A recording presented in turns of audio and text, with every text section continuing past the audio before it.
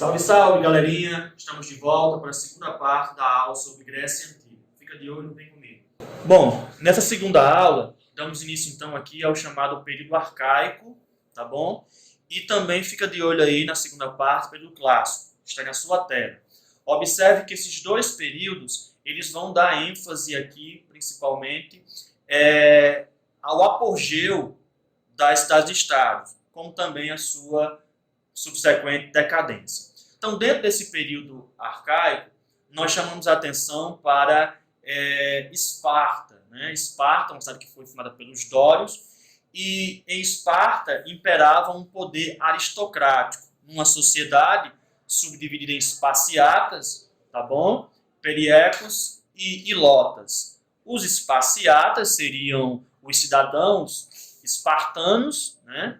Também chamados de espartanos, logicamente. Os periecos seriam povos conquistados durante o período de chegada dos dórios, tá bom? Não possuem direitos políticos e geralmente dedicados aí ao comércio. Os ilotas seriam os servos ou escravos do Estado, tá bom? Foram dominados posteriormente à chegada dos dórios na região. Então há uma discussão entre os historiadores se são servos do Estado, se são escravos do Estado. O fato é que esses aí eram desprovidos de direitos políticos. Dentro desse poder aristocrático da Grécia Antiga, especificamente de Esparta, duas instituições são muito importantes nessa cidade-estado. Primeiramente, devo destacar a diarquia. Então, dois reis comandam o poder em Esparta. Um seria responsável pelas questões de ordem religiosa, né? Controlavam os sacerdotes, o culto, de forma interna, ou seja, dentro da cidade. E o outro rei seria o responsável por dominar esse exército. Já a gerúsia era um órgão de aconselhamento à monarquia e era composto, na sua maioria, por 28 anciãos, né? Esparciatas, homens com serviço militar prestado, e que haviam também, em certo momento, participado de grandes combates. Tá bom? Chamo a sua atenção, isso aqui é muito importante, para a educação que se fazia em Esparta. É uma educação voltada para as práticas militares. Quem aí é chegado em filmes de história e pôde assistir, por exemplo, o filme 300, deve observar que no início do filme, o Leônidas, ainda criança, antes de ser rei, logicamente, de Esparta, ele passa por um treinamento, não é isso? Então ele é submetido à fome, ao frio, tá bom? Ao enfrentamento de animais selvagens, que era justamente para que essa criança, que o Estado assumia sua educação mais ou menos por volta de 7 anos, tivesse essa educação voltada para o militarismo. Então há um destaque aí importante para o militarismo na educação espartana, tá bom? Dentro do período clássico, tá certo? Nós destacamos a cidade-estado de Atenas. Chamamos a atenção para a sua organização social, né? Inicialmente, ela também vai ser uma aristocracia oligárquica, onde um grupo chamado de eupátridas, os bem-nascidos, vão comandar esse poder.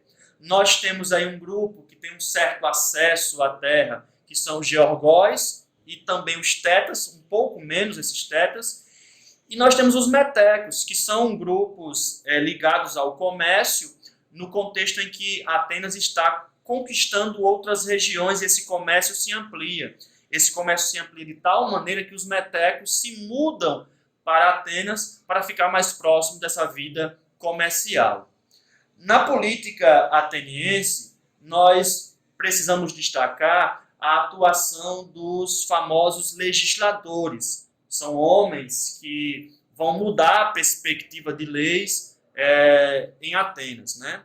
Ainda dentro do período arcaico, voltando um pouco, lembramos do Drácon, né, e as leis draconianas, leis severas e leis escritas. Ele torna isso escrito, e é importante frisar que isso vai acabar limitando um pouco do poder dos eupátridas, que se baseava numa tradição oral. Nós temos o Solon, que vai acabar com a escravidão por dívida, né? O o Pisístrato também é importante, depois o Clístenes vai ampliar a democracia, né? Ele vai ser o chamado pai da democracia ateniense, porque ele vai dividir a Grécia, Atenas precisamente, mais ou menos em 160 unidades administrativas, que ele chama de demos, né? E vai formar a democracia, o governo da demo. Lembro para você que essa democracia ateniense, ela não é como a brasileira, que é representativa. Ela aqui é uma democracia direta. Então, cada indivíduo se fazia representar na ágora, a praça central, né, onde ocorriam então essas discussões de ordem política, tá bom? Péricles também tem um destaque importante aí, inclusive ele vai ser importante porque vai colocar a participação nos governos como sendo remunerado, né? O carinha que participa dessa atividade política acaba recebendo uma quantia por essa participação, tá bom? Galera, para fecharmos aqui mais essa segunda parte aqui, chamamos a sua atenção para o conflito que existia entre as cidades-estados. Atenas, então, ganhou muito destaque quando venceu os persas nas famosas guerras médicas, tá bom? E muitas cidades-estados começaram a aderir ao modo de Atenas governar. E isso acabou levando o descontentamento de Esparta.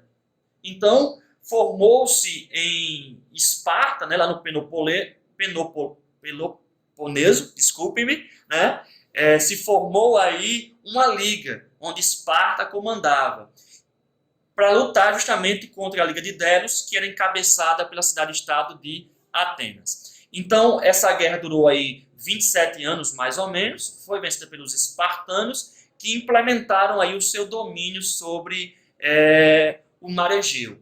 Vale salientar que essa guerra acabou custando caro aos gregos, né, uma vez que isso foi responsável pelo enfraquecimento da sua civilização. Ok, gente? Voltamos logo mais com mais um tópico importante da Grécia Antiga.